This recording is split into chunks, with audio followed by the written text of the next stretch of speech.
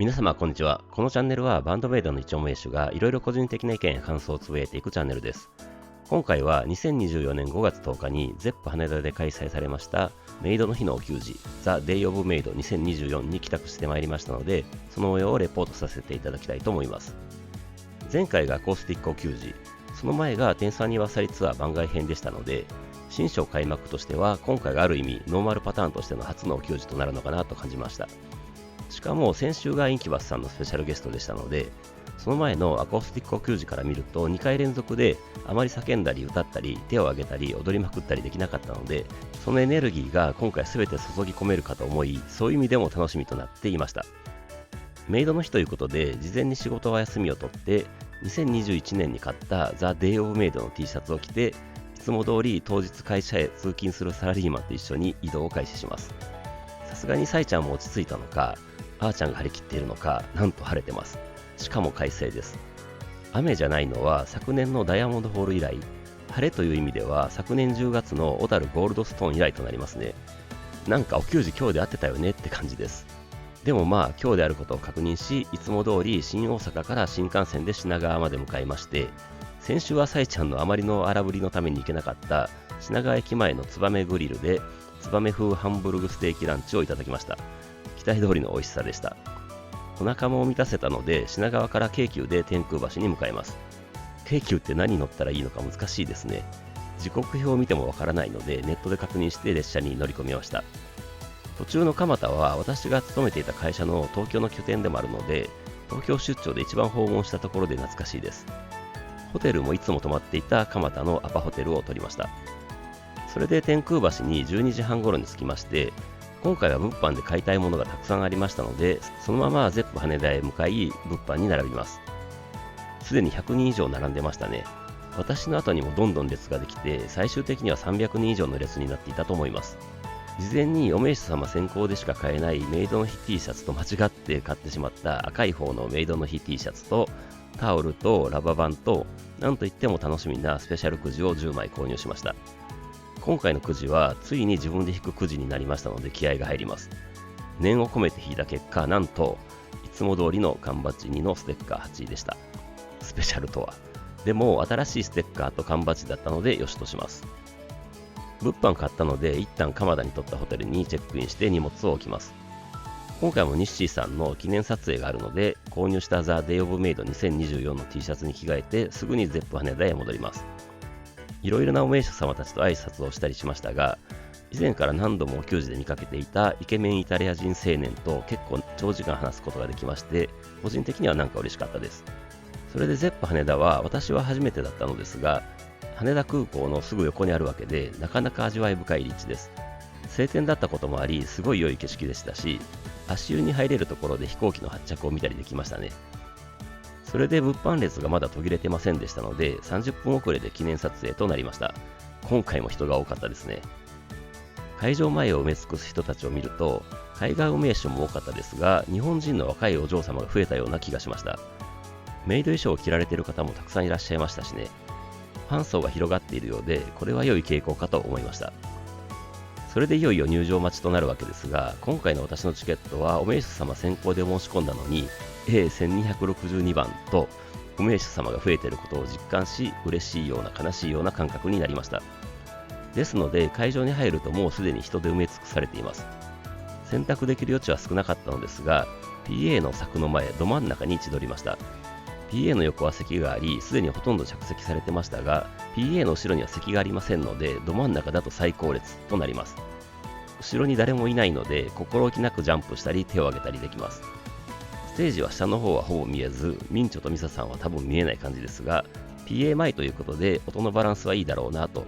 今日は音を聞くことと弾けることに徹しようと気合を入れ直しました。会場に流れていた BGM はオアシスでしたね。これって珍しいような気がしました。18時定刻となり、いつも通り舞台が暗転して SE がかかります。会場は大盛り上がりで歓声と手拍子で埋め尽くされます。大歓声の中、メイドさんたち登場です。それで何が来るかと思っていたら、1曲目はなんとのブラックホールです。ドゥンドゥンドゥンドゥルルルです。サイちゃんのかかってこいやーの雄たけびで始まります。ブラックホール始まりは全く予想できませんでした。お互いに体が温まる前から大丈夫かなと思いましたが、もうお給仕初っ端から豆さんたちは最高潮で、会場も大盛り上がりです。最後尾から見る C メロの時の手拍子も迫力満点でした。50型を発症していた私の方は、お給仕前日に奇跡的に解放に向かっていましたので、踊って手を上げまくって手拍子して首を振りまくりました。ど真ん中ということであーちゃんは見えましたので、迫力のドラムを堪能できました。続けての2曲目はまさかのジョバンニです。ミンチョのグイーンってギターからのヘビーなリフと重厚なベイドラから始まり、カオスと呼んでもいいバッキングで歌うサイちゃんのボーカルはもうたまりません。ジョバンニは昨年9月の岡山以来ですので、ものすごく久しぶりです。この曲を作れるミンチョの才能と演奏して歌えるバメさんたちの才能を思いっきり感じながら、ノリノリで体を動かして手を振り上げながら聴き入りました。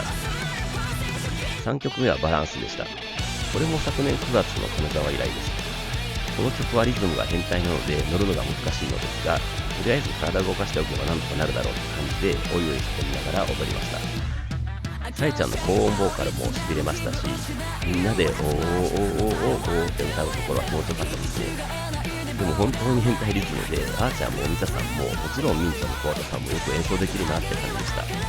ミンチョは自業自得ですが。4曲目はヘイトです。始まった途端に会場からは全力のチャントです。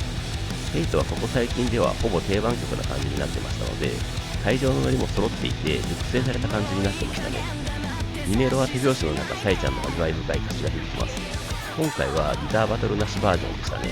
逆に新鮮な感じがして曲としての完成度を再認識できました。この出だしの激しい4曲で今回のお給仕ザ・デイ・オブ・メイド2024のイメージが私の中で出来上がりつつありました。曲終わりでサイちゃんのありがとうに応える大声援がありますが、でかいライブハウスということで会場の歓声は大音量で、ライブハウスやっぱりいいなって思いましたね。ここで最初の MC となります。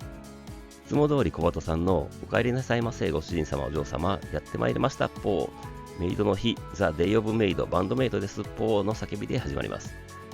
当然会場は大盛り上がりで、小鳩さんもすごいポーみたいな感じで驚いていたと思います。それで最後列にいた私は分からなかったのですが、どうも前の方でかなりの圧縮が起きていたようで、小鳩さんが一番前の方が紙みたいになってるポーみたいに言って一歩下がりましょうポということで、久しぶりに小鳩さんのせーの一歩ポが聞けましたね。いつものごとく最初はダメで、2回目でそれなりに下がれたのか会場からは拍手が起こってました。それで小鳩さんがご主人様お嬢様は紳士淑女だと思いますので楽しくお給仕をしましょうポみたいなことを言ってましたが、確かに喧嘩とかになったらお給仕が台無しなので気をつけたいですね。それで続けて今回のメイドの日はリアルイベントとしてのお給仕は2019年以来の5年ぶりですポーと教えてくれまして、ゼップ羽田は初めてだとも言ってました。2020年のゼップツアーでやるはずだったのがコロナで中止になってしまったということで、今回はリベンジマッチポーと叫んで会場も大歓声です。この大歓声に乗せて楽しいお給仕にする準備はできてますかポ、楽しい夜にしましょうポ、ようこそバンドメイドのお給仕へじゃーんで次セクションです。MC 明けの5曲目はシャンブルズでした。これも久しぶり感がありましたが、横浜アリーナでやってるんですよね。もう会場もノリノリです。一旦引いた汗がまた吹き出します。でもシャンブルズは本当にお給仕映えする曲で、もう毎回やってもらいたいと思うくらいです。あーちゃんのドンドンドンってバスドラからのミンチョのギターソロはギターノートがよく出ていたのもあって、なんかいつもよりかっこよくて感動しましたね。会場の手拍子やちゃんとは完璧に揃ってましたし、本当に乗れる曲で大好きですね。最後のサイちゃんのハーが聞こえる絶妙なタイミングで入る会場からの大歓声で終わりました。6曲目はなんとこれも9月の広島以来の火花です。後の MC でわかるのですが、ちょっとしたハプニングがありました。この時は明確にはわからなかったのですが、そう言われると確かになんか違和感を感じてたかもって感じでした。火花もお給仕映えする曲の一つだと思います。ガンショーとかガチャガチャとか叫べますし、手拍子とかちゃんととかも思いっきりできますし、本当に気持ちいいです。それで何といっても小鳩さんのシャウトがたまりません。7曲目はアイステルシークリベンジです。イントロで会場からは大歓声です。ここでこの曲来るとは、事前のポストでミサさんが手が痛いみたいなこと言ってたのが分かった気がしました。この曲も10月の松山以来と久しぶりです。やっぱりミサさんのベースがすごくて腹に響いてきます。ギターソロ前のミサさんのスラップの時はひときわ大歓声が上がっていたように思います。ここまで本当に乗れる曲ばかりで汗だくになりましたが、本当に気持ちいい感覚です。大歓声の中、小畑さんのシャウトで始まった8曲目はファイファイファイです。もうこの最初の小畑さんのシャウトで私的にはノックダウンさせられてしまう曲です。ミンチョのワウも大好物ですし、小畑さんのクルルもめちゃ好きですね。会場もとかワイワイワイとかのちゃんととシンガロングと手拍子でものすごい盛り上がりでした。私的には C メロからのギターソロ終わりの大サビに入ることが大好きな曲です。これも久しぶりでしたので嬉しかったですね。最後はまた小畑さんのシャウトで痺れて終わります。9曲目はマナーズでした。インキュバスの時もやってくれましたが、今回の方が完成度高かったような気がします。サイちゃんも2サビの時にちゃんと新テンポキック歌ってましたし、それで前にも言いましたが、サビでってみんなで歌うのがいいですね。私は間違ってギターソロ後の3サビの時はないのに歌ってしまってました。すみません。ここでサイちゃんがはけたので、コマト曲かインストかと思っていたら、10曲目はプロブナウオンでした。これも久しぶりな感じがしましたが、横浜アリーナでやってますよね。もうこの曲は曲も当然いいのですが、みんなの演奏する姿がかっこよすぎて、目からも耳からも幸福を感じられる曲です。リサさんのベースソロの時の完成はすごかったですね。今更ですが、メイド服の女性たちがこの曲を演奏するって客観的に見たら信じられないと思います。インスト曲でここまで会場を熱狂させられるバンドメイドの凄さを改めて感じました。曲終わりで大歓声の中暗転してスポットライトの中現れたサイちゃんの楽しんでるかゼップ羽田の煽りで2回目の MC スタートです。で、サイちゃんが可愛い声でサイちゃんやらかしたって告白します。みんなは分からなかった、みんな優しいなみたいなことを言ってきます。ここで会場から今日晴れだからだよって声が上がって、そうか今日晴れだからかって納得します。私にとっては良くない日なんだねって言って雷神であることを自覚しているようでした。で、何があったかを教えてくれるのですが、サイちゃんから皆さん SNS には書くな、今日来たここにいる人だけの思い出だよということでしたので、何があったのかは言えません。あしからずです。メイドの日にライブでできるのって5年ぶりだから盛り上がりすぎちゃったということでした。最近のラジオでもそうですが、なんかサイちゃんの喋り方が可愛いというか優しいというか面白いというか、とにかく絶好調な感じでしたね。で、私が話すことは何だということでグッズの話になります。ここで下手のミサさんが確か買ったって言ったのか思いのほか大きくて、サイちゃんから大きい声出るじゃんみたいに言われてましたね。で、横にいたあーちゃんがマイクなしで大きい声出てるねって言ったのですが、相変わらず通る大きな声で、確かに最高列にいた私にもはっきり聞こえました。あかねさん今日も調子いいですねみたいにサイちゃんに言われて、絶好調ですってまたマイクなしで叫びます。サイちゃんから本当に聞こえてるんだよねって会場に聞いてきたので、もちろん聞こえていた私は両手を挙げて答えました。で、サイちゃんからなんで君はドラマーなんだとか言われてましたね。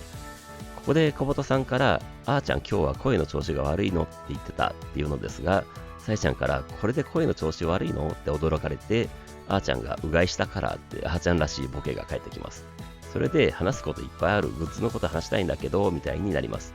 横道それるのはいつものことですね。The Day of Made 2024のアートワークかっこいいよねという話になり、ポスターや T シャツにそのアートワークが施されているというのと、スペシャルロゴ T の話になって、なぜか小本さんが会場を見渡して T シャツを探し始めます。サイちゃんからは、鳩が監視してるわみたいに言われてました。で、ちょうど上手のお嬢様エリアで小本さんが燃えていたので、サイちゃんからそこって注意されてました。それでフェイスタオルの話になったので、私もタオルを広げて晒しましたが、結構たくさん上がっていたので、タオルは気に入ってくれてるのねみたいにサイちゃんが言ったら、小本さんからもうでしょって突っ込まれてましたね。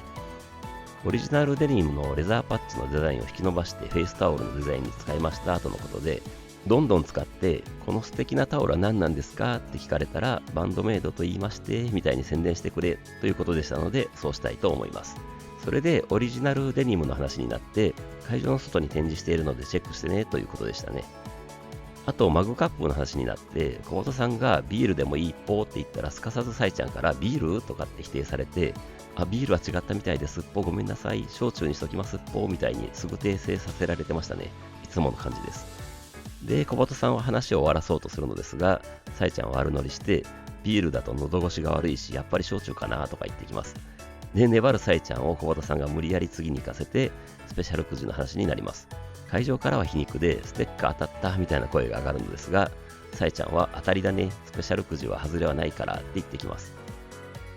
メンバーの私物が全然当たってないみたいなことをサイちゃんが言っているときに、会場のお嬢様から新幹線ありがとうって声が上がって、サイちゃんが嬉しそうに新幹線いいよまた出しちゃおうかなみたいなことを言ってましたね。なんかサイちゃんの私物は新幹線の何かだったようですね。新幹線が好きな人が増えればいいと思うとか言ってたように思います。あと、鉄オタとか話題になってるけど、悪いことするのは一部の人ですってサイちゃんが言ったら、小畑さんがサイちゃんみたいに模範的な人もいるっぽねとか言ってましたね。で、なぜか最後にサイちゃんがみんなも電車に乗ろうで締めてましたが、小畑さんからグッズの宣伝とスペシャルくじの話ポーって戻されます。それで会場と同時に正番ゼロのジップも当たったと言ってましたが、会場で手を挙げる人いなかったので、手を挙げづらいのかなということでしたが、私なら思いっきり手を挙げますね。グッズだけ買った人かもです。で、小畑さんがセットリストの話をしようとしたのですが、サイちゃんからセットリストはもうちょっとやってから話そうよ。まだ半分しかやってないもんって突っ込まれます。それでサイちゃんが覚悟してきてって言ったもんねとかって言った時だと思いますが、多分海外のご主人様からネイティブ発音でアンスインワールドって声が上がって、小畑さんがサイちゃん乗っちゃうからダメとかって釘刺されてました。それで次行くよということになったのですが、小畑さんが半分って言ってネタバレしたって囁いたらサイちゃんがみんなわかってるでしょみたいに言ってましたね。私的には半分もやった気がしてませんでしたが、それでサイちゃんのいけるかなゼップ羽田熱くなりたいよみたいな雄たけびで後半セクションとなります。MC 明けの11曲目はアフターライフです。これも大好きな曲なのでいきなりテンションマックスとなります。全力でおいおい言いましたし、思いっきり手拍子しましたし、踊りましたね。MC 明けにアフターライフはありだなと思いましたね。アフターライフは何といっても大サビと小畑さんのシャウトが至高です。これは私だけの感覚かもしれませんが、アフターライフは楽しすぎてすぐ終わってしまう感じがあります。多分私だけですかね。余談ですが、お給仕の翌日、聖地巡礼で小畑さんが勤めていたアットホームカフェ本店へ行って、アフターライフの MV が撮影された5回でもやもやキュンキュンやってきました。楽しかったです。12曲目は Go Easy でした。私はこれまで昨年の大阪ナンバー8での一度しか聴けてなかったので一瞬わからなかったですが、小畑さんのでわかりました。今回は2度目でしたのでじっくり聴きましたが、メロディアスなロックでバンベらしいというか跳ねるようなリズムもあって絶対好きになる曲だと思いましたね。曲終わりで小畑さんがアコースティックに持ち帰るのが見えます。13曲目はメモラブルでした。ここから少し体力回復タイムを取ってくれます。アコースティックの優しい響きとサイちゃんの素晴らしい歌声と小畑さんのコーラス、エモすぎるミサさんのベース、あーちゃんのドラムフィル、ミンチョの感情のたっぷり入ったギターリフ、本当に素晴らしかったです。大サビでフェイクアレンジが入ってましたね。バンドメイドでフェイクアレンジは珍しいと思うのですが、めちゃくちゃエモかったです。続けて14曲目が About Us です。メモラブルからの About Us ってこんなに楽しいお給仕なのに泣いてしまうという不思議な感覚になりました。後ろに人がいない気軽さもあってずっと手を挙げてました。この曲を聴くとワンメさんたちのファンへの思いが本当に素直に入ってきて感動します。改めてずっとついていきますという思いが湧き出てきます。15曲目がベスティでした。先週のインキュバスさんのスペシャルゲストの時よりも良かった気がしました。慣れもあるのかもしれませんが本当に良かったですね。ミンチョのギターソロもエモさ爆発で本当に素晴らしかったです。聴けば聴くほどこのギターリフは中毒性を発揮しています。落ち着きタイムから再度イケイケタイムへのつなぎの曲としても完璧な曲だと思いましたね。16曲目がコラリウムです。何度も言ってますが私的にはトップオブトップの曲の一つです。いっぱい好きなところはあるのですが、最初のサビ始まりの後のイントロとか、イントロ後のサイちゃんの Hey You とか、サイちゃんのボーカルと絡む小畑さんのコーラスとか、体感を覚えるくらいのあーちゃんのフロアタムとか、リサさんの完璧なベースラインとか、ミンチョの激しい動きとか、もう歌詞も曲も演奏も最高です。思いっきり踊って手を挙げて楽しみました。曲終わりでサイちゃんがはけます。次に小畑曲ですね。17曲目がブライテストスターでした。私的には5回ほど聴けてますので、もうノリも分かってます。手を挙げたり手拍子は会場も揃ってきてました。この曲は素人考えですが、リズムというか小説が独特な感じがします。コードも素直じゃないような気がしますし、大人の小鳩ワールドが展開できているような気がしました。素人考えです。曲終わりで当然会場からは一番星って声が上がりますが、ここで最後の MC となってさえちゃんからもお約束の素敵な一番星っていじられます。でまた恒例の小鳩さんのこの曲のタイトル一番星じゃないから一番星だと思ってた人って会場に聞くと、このボケは当然会場も分かっているのではーいってみんな手を挙げます。でさえちゃんは調子に乗ってよ一番星といつものいじりをかまします。で小鳩さんはブライテストスターこの曲まだ発売されてないからみんなが一番星と思ったらないじゃんとか思っちゃうからダメっぽみたいに反応します。それで仕方なくさえちゃんが折れて皆様お間違いなくみたいに収集します。それでさえちゃんからブライテストスターもだけど Go Easy っていう曲もやりまして初めて聞いた人も多いんじゃないみたいな感じで会場に手を挙げさせたら結構上がってそうだよね新曲ですみたいに言っていたと思います。でどちらも夏に発売されるフルアルバムに収録されると教えてくれました。ベスティも収録されると言ってましたね。でベスティの話からインキュバスのマイキーちゃんの話になってマイクの死後出来ぶりを話してくれました。スペシャルゲストの時に一緒に弾いてくれるとは思ってなかったとのことで嬉しがってましたね。それで海外コラボの話ということで来月のザ・ウォーニングとの対バンの話も出てました。小鳩さんがバンドメイドは海外とばっかり対バンやるっぽーみたいに言うとさえちゃんが全然調子乗ってねえからと謙遜します。それで何でもザ・ウォーニングとの対バンの時のステージは小鳩さんも考えたらしいです。どんな感じなのか楽しみです。それで6月28日からのホールツアーの話になって来るべしということでした。ホールではやったことあるけどホールツアーは初めてとのことでみんな気合十分だねえいえいよってさえちゃんが言ったらものすごく早くメンバーがえいえいよって返したので会場から笑いが起きます。それで夏フェスの話にもなってさえちゃんから今年の夏も暑いぜ熱中症には気をつけろとセンス抜群の掛け声がかかり会場からは大歓声です。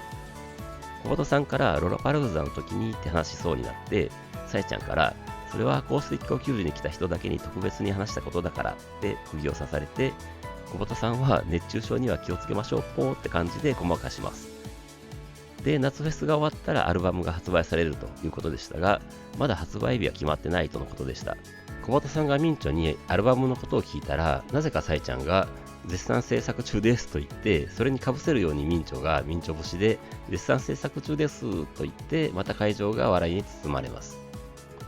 続けてさらにミンチョ節であんな曲やこんな曲あんな曲も作ってって言われてひえーってなってレコーディングをしているし曲もいっぱい作ってるしとっても頑張ってますみたいに言って会場大盛り上がりです。ミンチョ本当に可愛いですよね。それで確かこの辺りでの話だったと思うのですがさえちゃんがみんな気づきましたかお立ち台ができたよって叫びます。私も思いましたが小鳩さんから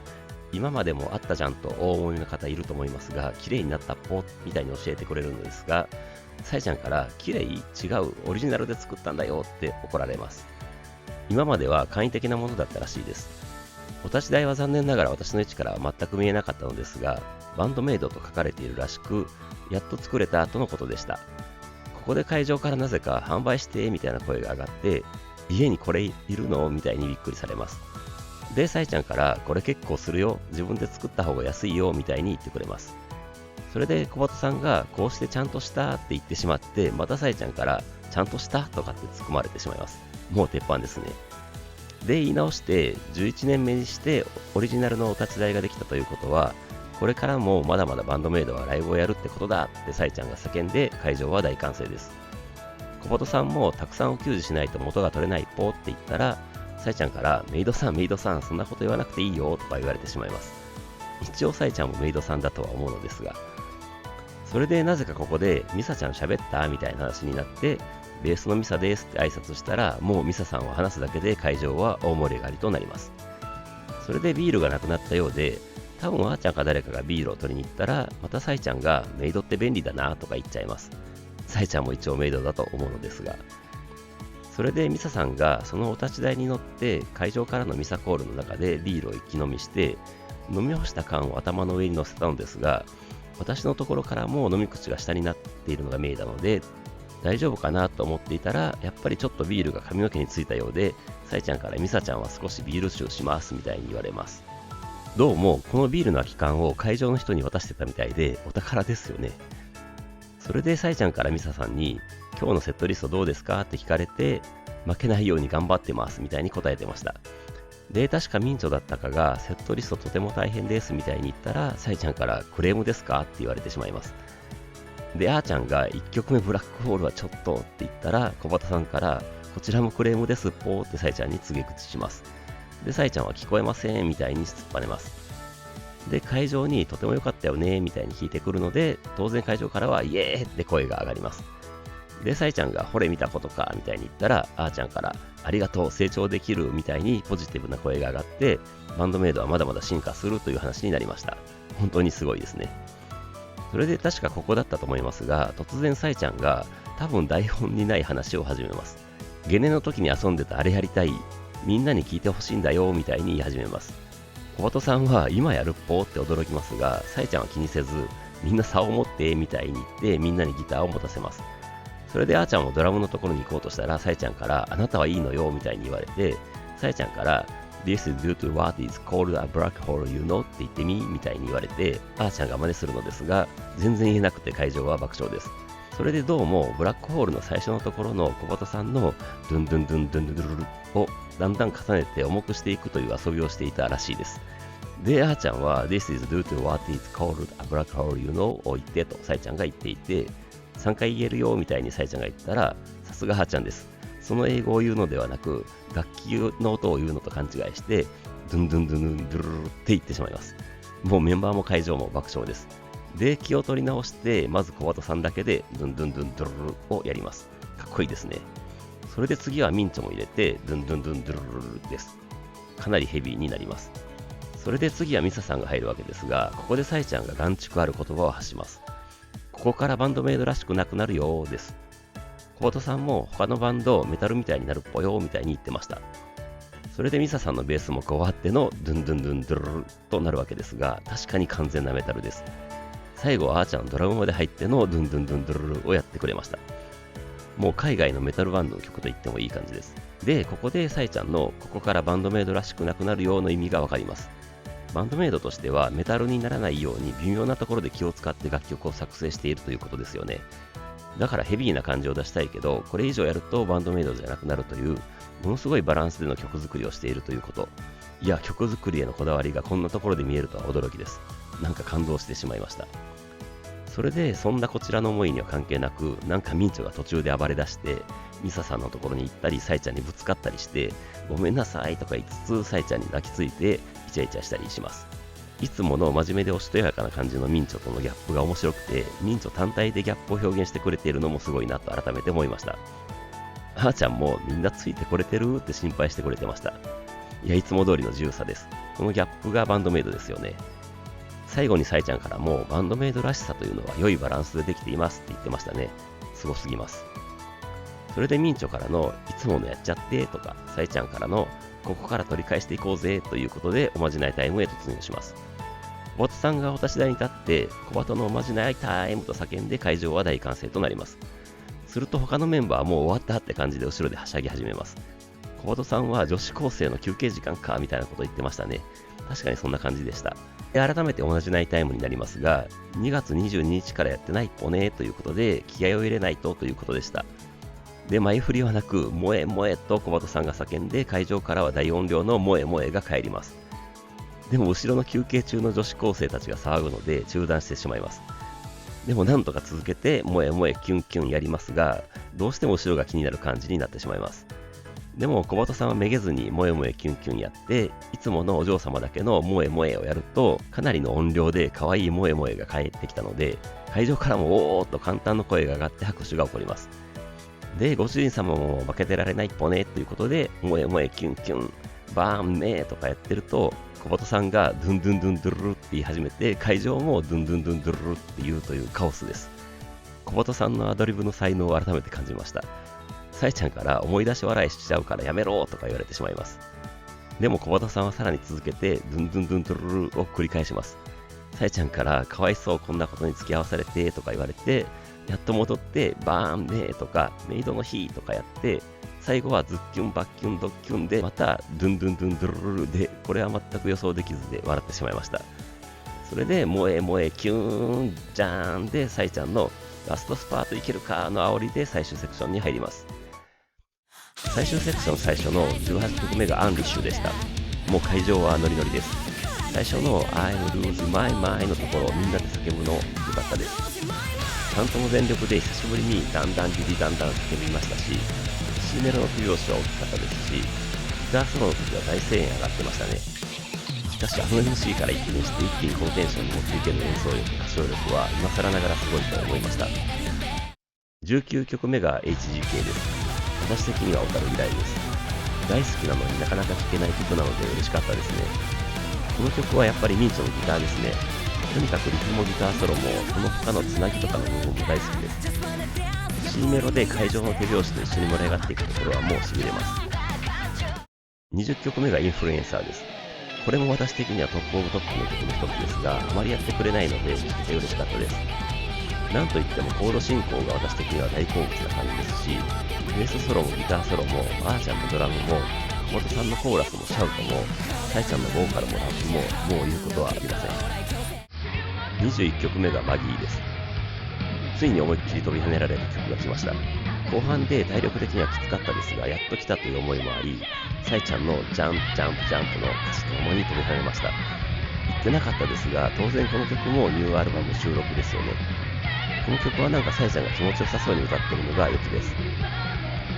サイちゃんのありがとうゼップ横浜次がラストだの煽りで始まった最後の22曲目がノーゴートでした。この瀬戸りの流れだとノーゴート来るのではと思っていたので、心の準備と体の準備はバッチリでした。最後の力を振り絞って思いっきりジャンプしてシンガロングしました。おも気持ちいいですが、ルールルーのところでみんな手を振って歌うのも好きですね。最後尾で思いっきり飛び跳ねてたら、最後サイちゃんからサムズアップもらえたような気がしました。妄想、いや、そうだったらいいなという願望です。最後がノーゴットというのは燃え尽きて終われる感じで好きですね。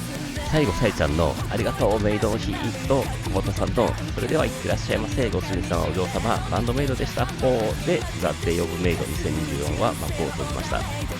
や本当に毎回違う顔を見せてくれるバンドメイドの球児です。今回の球児の感想は一言で言うなら楽しかったですね。いや楽しすぎました。今回は感動というよりもものすごい爽快感がありました。メイドさんたちもご主人様お嬢様も何も気にせず本当に楽しんだ感じがしました。これがメイドの日、ザ・デイ・オブ・メイドなんですね。素晴らしかったです。今回のセトリは多分みんな気づいていると思いますが、全てアンスインワールド以降の楽曲でした。今のバンドメイドを見せつけるセトリです。中止になったゼップツアーのリベンジという意味も込められてそうです。お給仕でドミネーションもチューズミーもやらないのに、これだけ盛り上がれる完璧なセトリってすごくないですかね。何人かの名手様たちも言われてましたが、もうこれはある意味番外編の番外編と言っても過言ではないと思います。いやバンドメイドの懐の深さを思い知らされました。最後は思いっきりありがとうって叫びました。こんなお給仕をされると本当に全ての給仕に帰宅しなくてはとの思いが募りました。いつもの感覚ではありますが、今回も本当にあっという間でした。会場を出ると祭りの後の寂しさみたいな感じもありましたが、心地よい疲労と満足感と幸福感で会場を後にしました。お給仕後のさえちゃんのいつものポストは、メイドの日にライブできて嬉しかったよ、楽しすぎました、ふざけすぎました、最高でした、メイドの日だからってやりたい放題でした、ご来場ありがとうございました、暑い夜になったね、一緒に遊んでくれてありがとう、また遊ぼうでしたね。本当にその通り、メイドの日ということで、メイドさんたちもお名手様たちも自由に走ってた感じがしたお給仕でした。次のお給仕は来月6月12日のザ・ウォーニングさんとの対バンお給仕ですね。私的には対バンは初めてですし、ザ・ウォーニングさん自体も楽しみです。ということで、ゼップ羽田で開催されましたメイドの日、ザ・デイ・オブ・メイド2024のお給仕についての個人的感想とレポートでした。今回は以上です。それではまた次回。